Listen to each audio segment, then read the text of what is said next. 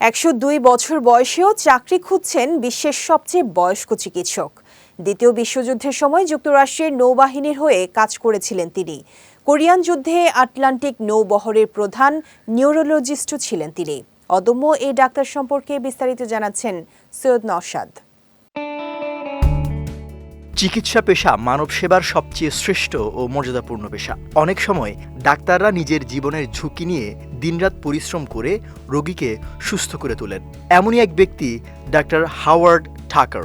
১০২ বছর বয়সী এই চিকিৎসক পেশা জীবনে এখনও সক্রিয় থাকায় পৃথিবীর সবচেয়ে বয়স্ক চিকিৎসকের স্বীকৃতি পেয়েছেন। ন্যাশনাল জিওগ্রাফিকের এক প্রতিবেদন অনুসারে ১৯৪৭ সাল থেকে চিকিৎসক হিসেবে কাজ করছেন ডাক্তার হাওয়ার্ড টাকার। যে প্রতিষ্ঠানে পড়াতেন সেটি বন্ধ হয়ে গেছে ২০২২ সালে। বর্তমানে অধীর আগ্রহে নতুন একটা চাকরি খুঁজছেন তিনি। ১৯৫৩ সালে ডাক্তারি পাশ করার পর হয়েছেন নিউরোমেডিসিন বিশেষজ্ঞ। দ্বিতীয় বিশ্বযুদ্ধে যুক্তরাষ্ট্রের নৌবাহিনীতে কাজ করেছেন। এছাড়া কোরিয়ান যুদ্ধে ছিলেন আটলান্টিক নৌবহরের প্রধান নিউরোলজিস্ট হিসেবে। মজার ব্যাপার হলো চিকিৎসা বিদ্যাতেই তার দৌড় শেষ নয়। ১৯৮৯ সালে ৬৭ বছর বয়সে আইন বিষয়েও ডিগ্রি অর্জন করেন তিনি। যুক্তরাষ্ট্রের ওহাইও রাজ্যের বার পরীক্ষাও পাশ করেন। আইন বিষয়ক পরীক্ষার জন্য চিকিৎসা সেবা কিন্তু বন্ধ করেননি। করোনা মহামারীর প্রথম দিকেও রোগীদের সেবা দিয়েছেন এই বিশেষজ্ঞ চিকিৎসক।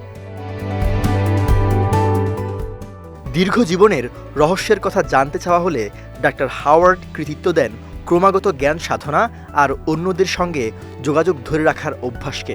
কাজ থেকে অবসর নেওয়াটা রীতিমতো দীর্ঘ জীবনের শত্রু আখ্যা দেন তিনি। বলেন, একটা বছর বাড়তি কাজ করার অর্থ হল স্মৃতিভ্রমের ঝুঁকি কমা।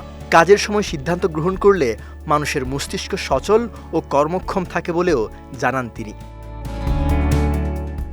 সৈয়দ নওশাদ, বিজয় টিভি, নিউজ ডেস্ক।